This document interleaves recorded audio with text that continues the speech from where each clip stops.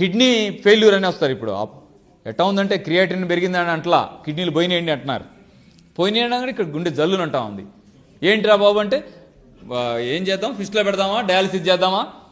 Dialysis చేస్తే తగ్గుద్దా? కాదు, dialysis చేస్తూ ఉంటాం కానీ ఈ లోపు నువ్వు వెతుక్కొచ్చుకో. ఏంటది? ఎక్కడ దొరుకుద్దేమో కిడ్నీ.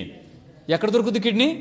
మనుషులకే ఉంటుంది కదా, అది ఎక్కడ దొరకాలి అంటే మీ ఇంట్లో వాళ్ళు ఎవరన్నా నీకు డొనేషన్ ఇస్తారేమో అడిగిరా, వాళ్ళది గోద్దాం నీకు పెడదాం. సరే ఇస్తారు, కోసి పెడితే ఎంత అవుద్ది? ఎంత అవుద్ది? 20 లక్షల నుంచి 40 లక్షలు తెచ్చుకోపో, ఇల్లు అమ్ముకో, పొలం అమ్ముకో. విషయం అది కాదండి. కిడ్నీ పోయిందనకండి, క్రియాటిన్ మాత్రమే పెరిగిందనండి. క్రియాటిన్ తగ్గడం ఎట్టా అనండి. దానికి గతంలో ఏం చెప్పేవాళ్ళం అంటే క్రియాటిన్ పెరిగిందంటే మాకు తెలియదండి, ఇంగ్లీష్ డాక్టర్ దగ్గరికి వెళ్ళండి నేను వాళ్ళం. ఈ 2 సంవత్సరాలుగా మనల్లంతా ఇంట్లో డైట్ చేసి వచ్చి మాకు తగ్గిందంటే ఆశ్చర్యపోవడం మా వంతైంది. ఏం చేస్తున్నారు? తెల్ల గంజేరు ఆకు అని ఉంటుంది, ఆకుకూర. ఒకప్పుడు మనల్ని అది కూడా కూరగాయల్లో వండుకునేవాళ్ళంట. వీళ్ళు పండించడం అమ్మటమే మొదలైన తర్వాత పక్క పోయినట్టుంది. తెల్ల గంజేరు ఆకు పునర్నవ అంటారు సంస్కృతంలో దాన్ని. అంటే చనిపోయిన కణాలని కూడా పునర్జీవింపజేయగలిగే కెపాసిటీ దానికి ఉంది అని మనాళ్ళు పెట్టారు, పునర్నవ అని. ఆ గడ్డి తెచ్చి పొద్దున సాయంత్రం జ్యూస్ చేసుకొని తాగండి, క్రియాటిన్ తగ్గిపోతుంది. ఎంత ఆశ్చర్యంగా ఉందో.